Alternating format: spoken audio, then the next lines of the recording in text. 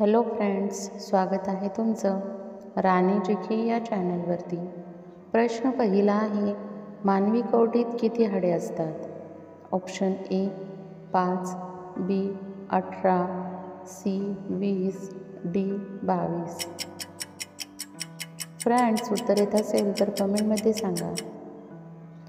या प्रश्नाचं योग्य उत्तर आहे ऑप्शन डी 22। प्रश्न दुसरा आहे, माणसाचे हृदय किती वेळा धडधडते? ऑप्शन ए 52 प्रति मिनिट, बी 62 प्रति मिनिट, सी 72 प्रति मिनिट, डी 82 प्रति मिनिट।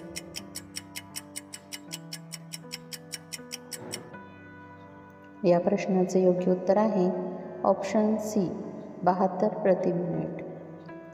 प्रश्न तिसरा आहे, शरीरातील सर्वात कठीण युती कोणती आहे? ऑप्शन ए एपिडिडमिस, बी कंकल स्नायू, सी दंतवल्क, डी गुर्जा।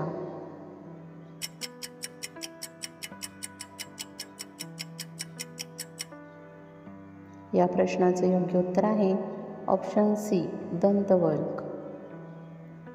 प्रश्न चौथा आहे, आयोडीनच्या कमतरतेमुळे कोणता रोग होतो?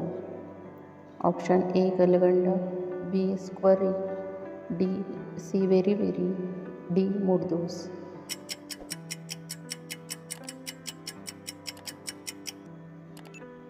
या प्रश्नाचे योग्य उत्तर आहे option A गलगंड।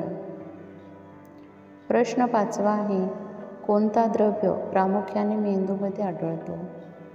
Option A सायनोव्हियल fluid, बी मेंदू व मज्जारोजी द्रव पदार्थ, सी लिम्फ, डी रक्त।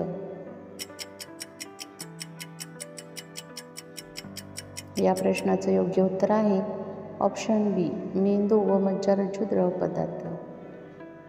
प्रश्न सहावा आहे, पुढीलपैकी कोणत्या जलचर प्राण्याला कल्ले नसतात? ऑप्शन ए स्क्विड, बी देवमासा, सी व्हेल मासा, डी ऑक्टोपस।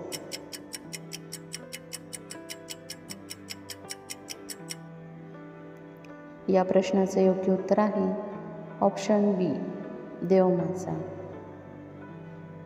प्रश्न सातवा आहे, खालीलपैकी कोणत्या जीवनसत्वाच्या अभावी रक्ताच्या गुठळ्या होतात? ऑप्शन ए जीवनसत्व अ, बी जीवनसत्व ड, सी जीवनसत्व के, डी जीवनसत्व ब।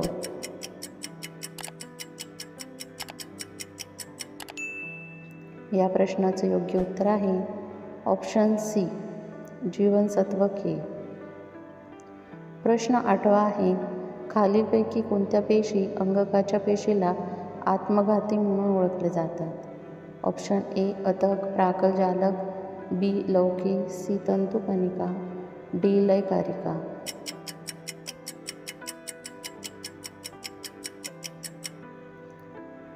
या प्रश्नाचे योग्य उत्तर आहे ऑप्शन डी लयकारिका। प्रश्न नववा आहे, इन्फ्लुएन्झा रोग खालीलपैकी कशामुळे होतो?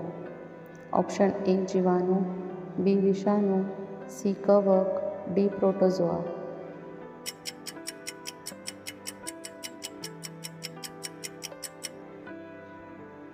या प्रश्नाचे योग्य उत्तर आहे ऑप्शन बी विषाणू।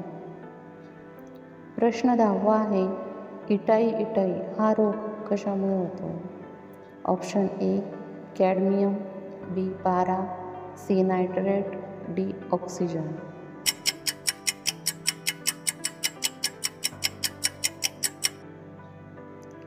या प्रश्नाचं योग्य उत्तर आहे ऑप्शन ए कॅडमियम।